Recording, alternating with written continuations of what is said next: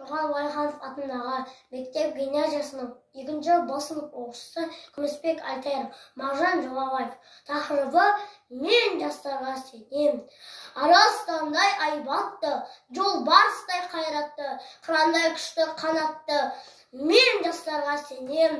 Көздерінде от ойнар, сөздерінде жалын бар. Жаннан қымбат оларға. Мен жастарға сенем. Жас қырандар балапан, жайып қанат ұмтылған, көздегені көк аспан. Мен жастарға сенем.